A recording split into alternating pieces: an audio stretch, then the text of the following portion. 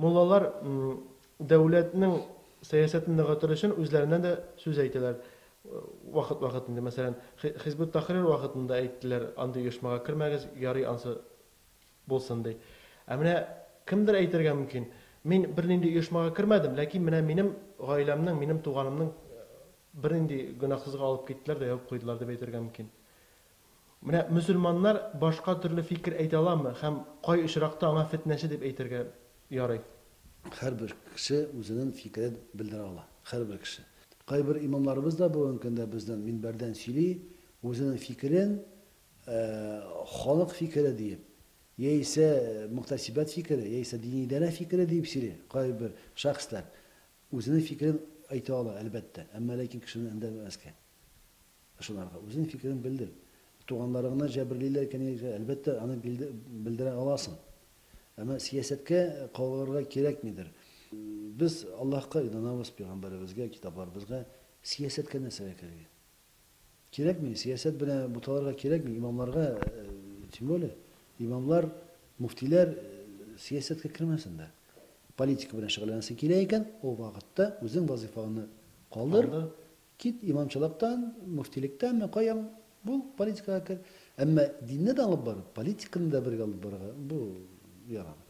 Менә Хизбут Тахрир дип әйттеләр инде, шундый вазгыять туды, беренче мәчеткә килеп басып фикер әйтә башладылар инде бер турыда, башка төрле карашлы ислам динендәге кешеләр дип әйтик инде, әйме? Менә турып басып мәчеттә фикер әйтү мөмкинме ул? Һәм нинди очракта мөмкин? Мен күптән инде мәчет тирәсендә 80-нче елларда бердән бер мәчетебез безнең бар иде, Мәҗәли мәчете.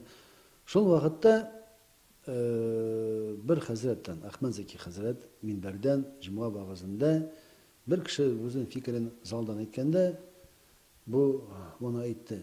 Мәчеттә өч кеше сөйләшә ала. Кем? Берсе имам, икенчесе имам сүз биргән кеше. Шул һәм өченчесе мактанчык.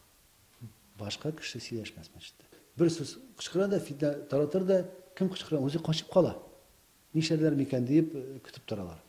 Менә бу Хизбут Тахрир турында, менә бу җегетләребез бу көндә аларны кытыртучы кешеләр бар. Әйтәгез җегетләр, әйдәгез, барыгыз, эшләгез, нидегез, үзе качып кала. Булар Аллаһу Акбар, гайрәтле бит. Нишәмәкче буласың дип сөйләшеп торганда, бу мискин бала дип әйтим, чөнки яшьләр күбрәк, мәскә киләләр бит. Тукта, җегет киләләр монда. Син кайсы мәзһәбтә? Сорыйсың, о, нинди мәзһәбтә? Ну, кайсы син мәзһәбтә? Нинди мәзһәбтә? Ник сезгә? Мин дә өйрәнәсем килә син мәзһәбтә. Әйт син гармиягә, нинди мәзһәбтә син? Ул мискин аптырап кала. Алар бу нәрсәләргә кирәк. Аңлату җитми димәк. Аңлату җитми, алар бу нәрсәләргә кирәк. Бу безнең кеше түгел дип аңлаталар да.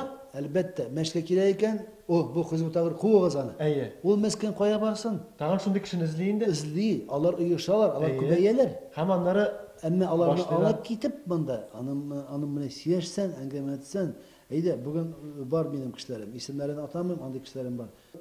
Бик күп җегетләребез бар, кайтканнары. Вахабидан Хизбут алар белән эшләргә кирәк. Имамларга әйтәм, Казан имамларны җыеп алганда әйтәм, чакырыгыз, яныгызга утыртыгыз, килегез, бер чиньяк чәй салып бирегез. Әйдә чәй эчик, әйдә сөйләшик әле. Әйдә әңгәмә. Әти белән бала ничек сөйләшә? Бала кире юлга кирип китсә, тайпылып, утырт балаңны, сөйләш аның менә. Мөфтият менә бу эштә ничек? Яшь хәзрәтнең тәҗрибәсе бар дип уйлыйсың? Яшь хәзрәтнең тәҗрибәсе, тәҗрибә бит ул вакыт белән килә. Аны бит тәҗрибәне бер мәктәптә дә, бер институтта да алып булмый. Сатып алып та булмый, китап укып та булмый тәҗрибәне алып. Тәҗрибәне яши бара аласың бит аны. Муфтияткә сылтап, әйдә муфтият бар бит, ул эшләсен дип, эшләп булмый. Әгәр дә гомумән бөтен мусульманлар, имамлар, мухтасибләр бергә алынмасалар, бер муфтигә генә ташлап, әйдә, ул бар, ул эшләсен дип булмый. Әгәр теге яки бу мәчетнең мулласы муфтияттан да алгарып, алдырып эшли башлый икән, муфтиятта фикер турга мөмкин, бу димәк, бу мулла, бу хәзрәт өстенрәк, югарырак дәрәҗә алырга тели. Менә әйдәле әзрәк Кызганычка каршы бар. кызуын басыйк әле дип Бар, әйтәләр. кызганычка каршы бар. Антый мин сезгә Хәзер дә бар икән дип ишеттек. әңгәмәнең башында ук әйттем, мин бик сөенәм, бик горурланам. Минем Казан имамлары бер нәрсә уйлап чыгарып, кая булса алга барганда, мин бик шатланам. Димәк, ни эшләгән булам? Минем кул астымда булган имамлар эшләгән була. Әгәр дә минем гаиләмдәге, минем балам нинди булса да зур уңышка ирешә икән, ул минем уңыш. Бар минем Казан имамлар арасында җыелышны башлаганда мактыйм. Хәзер әйтеп тормын, бу реклама шикелле булмасам, мактап башлыйм. Менә фәлән кеше нәрсә эшләгән, фәлән кеше нәрсә. Бар, хәтта шундый имамлар, беләсезме, яшь имам килде бер мәчеткә. Анда карт имам. Картайды инде, өлкән яшьтә инде ул хәзер. Менә кешегә җыри да башлады. Бу яшь имам уланарга туган түгел. Ул яшь имам аны күтәреп алып керә мунчага, ул аны җуа җомга алдыннан. Үзе картайгач та аны да шулай итәчәкләр бит. Бар кай берәүләре көнләшүчеләргә карт имамларны булды инде, картайды инде, бар өйдә генә утырый инде дигән андый да бар. Кызганыч. Яшьләрдә көнләшәләр дип аңладым. Бар. Менә без татарда безнең татарда гына бар ул. Татар бер-берсен бетерергә тырыша. Ярдәм кулын суз. Булыш, мөмкин кадәр булыш алга таба барсын. Менә ул зиратлар мәсьәләсен бу дәүләтнекеме, мәчетнекеме дигән сорау туа. Сезнең мәсхәбтә дә шундый сорау туган дип ишеттем. Зират буенча мөхтәсибнекеме түгелме дип. Менә андый сорауларны ничек хәл итәсез? Монда ул мөфти алмашуга бәйлеме менә бу сорау? Әллә инде башка сәбәпме монда? Ничек килеп туа ул шундый сораулар? Ягъни бар бит инде зират, ул бит инде билгеле, әллә кайчаннан анда эшләп киләләр. Кинәт кенә үзгәреш кертергә телиләр. Ул нәрсәгә үзгәрә? Көнләшүдән, хәзрәтлектән, шул гына ничек без аны чишәбез закон нигезендә. Беләсезме, бу зират каян килеп туды? 2000 елларның башында бу мусульман зираты. Мөхтәсибәт, Казан мөхтәсибәте карамагында. Кайтышта ул наш. Самосвирова ягында, Мамадышский тракт. Сул якта. Патшалык трасына киткәндә. Шалга табырган. Әйе, шунда. Бу халык бик күп сорады, хәзрәт мусульман зираты ислам хәлен генә алып киткәндә. Мәчетләр төзелә башлады, мәдрәсәләр ачыла башлады, мусульманнар күбәя башлады, паспортка да яулык белән төшәргә рөхсәт ителде. Ничәпсен безнең мусульман зираты юксын? Әлхәмдүлилләh, Аллаһ Тәала ярдәме белән без кыймасын да булдырдык, юллар да төзедек, биналар да салынды, мәчет тә салынды, шунда җирдә башланды. Бездән үрнәк алып, Киров өлкәсе, Пермь өлкәсе килеп, муфтиләре килеп, алып, кыягазларны карап, ничек буны эшләргә буласын дип, үрнәк алып киттеләр, үзләрендә дә ачтылар burada. Волгоградта мәсәлән булсын, анда ачтылар. Сибир якларында закон нигезендә. Закон нигезендә өч төрле зират була. Хәзер нинди сорау туды? Төп сорау нәрсәгә? Аны ул Питреш районында булганда төп сорау туды бер шәхс үзенең әтисенең кабренә бер һәйкәл куярга. Ул күптән үткән вакыйга бит инде. Ул бит һаман дәвам итә. Һаман дәвам итә. 11 елда, 2011 елда булган вакыйга. Хәзер дә аның бер һәйкәл куярга булды, шариғатка сыймый торган, шариғат канунларына ярамый дип әйттем инде мин, булмый. Юк, мин ислам законнары белән яшәмим, мин советский законнар белән яшәйм, мин ничек телим, шулай булдырам. Чөнки миңа хукук бирелгән. Сиңа бирелгән. Әмма хөкүмәт зиратларында теләсәң нишлә анда? Хит зиратта, каберсендә хит эчеп утыр шунда, теләсәң нишләсен. Әмма ләкин мусульман зиратында зинһар тырыш инде мусульманча кылынырга. Мусульман булмасам да. Татар кешеләре. Мәчеткә кергәндә син бит аяк киемен салып керәсең. Мин по светским законам живу дип кирмисең. Хәтта гади шәхс кына түгел, формада булган, милиция булсын, военный булсын, уставнойны, чиркәүгә керә икән баш киемен сала. Бүген нәрсәдер ел хәзер? Җирне хәзер үзенең хаклыгын ул җирне әйдәгез муниципалитетка бирегез дә, муниципалитетка җир була муниципалитетныкы, сез анда үзегез гыйбадәт кылыгыз. Бүген менә карасак, Петербургта гына Санкт-Петербургда. Анда ничема зират бар. Анда и лютеранская церкви, и старообрядческие, и новообрядческие, анда ниндигилер генә юк. Вот анда һәрбер зиратның үзенең хуҗасы бар, алар эшлиләр. Вот менә бу бер үрнәк булып тора. Бүгенге көндә бу бер мусульман зираты ачылган икән, анарга ярдәм итегез.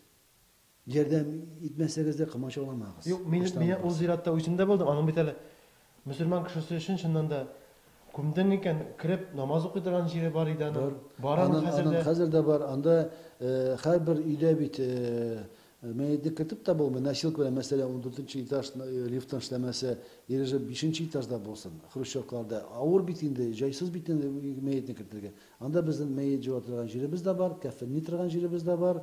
Кирип намазын да, җинадасын да укыйсын. Bütün şartlar оештырылган. Шартлар бар иде. Менә шуны бүгенге көндә кемгәдер бәлки ул кымач алып торадыр. Менә Мәскәү хәзрәте Шамил хәзрәт Алаудинов мөселманнарны югарырак дәрәҗәгә күтәрү максатыннан дип уйладым инде мен махсус видео әңгәмәләр эшли, китаплар, очрашулар. Ягъни мөселман кешесе ул дин генә тотып утырмый, бизнеста да, эшендә дә бөтенчедә уңышка ирешә һәм ничек ул ирешергә мөмкин, шуны аңлата башлады инде. Заманча рәвештә интернет аша сез гомумән Шамил хәзрәтне беләсезме һәм бу күренешкә нинди фикердә? Әлбәттә, беләм хәзрәтне. Бу күренештә ничек? Бездә халыкта шундый стереотип бар. Әгәр дә ул мусульман кеше, ул гыйбадәткә калып торырга тиеш. Бизнесмен икән, бизнесменга булсын. Сәясәтче икән, сәясәт белән шөгыльләнсен. Әмма ләкин беләсезме, бер нәрсәне сөйлим. Пәйгамбәрбез заманында бер кеше гел мәчеттә икән, гел намазда, гел гыйбадәттә. Пәйгамбәрбез килгән саен, Мөхәммәд саллаллаһу алейһи ва саллям, моны күргән саен әйтә икән: "Кемсең бу? Бу бик гыйбадәттә, бу бик изге кешедер. Гаиләсе бармы санан?" Бар. Хатыны, балалары да бар. Бар. Ул гел намазда бит, гыйбадәттә бит, гел намаз гына кылып торасынды. Аны кем гаиләсен, балаларын тәэмин итәсен? Кем аларны итә? Аның бер туган абыйсы бар. Ул абыйсы эшендә дә эшли, ул аларны тәрбияли, уларны тәэмин итә, матди яктан да, балаларын да карый, хатынын да карый, ризык белән дә үзен дә ашата, эчертә. Менә ул изге кеше ди. Менә ул җәннәткә кирәчәк ди. Абыйсы. Менә бу бер үрнәк бит инде, Пәйгамбәр әйткән. Бүгенге көндә имамлар мәҗбүр, имамлар да бүгенге көндә мәҗбүр, чөнки садака мәчеткә кермәс, каян булса да табырга, мәхәлләсендә җылы булсын, су булсын.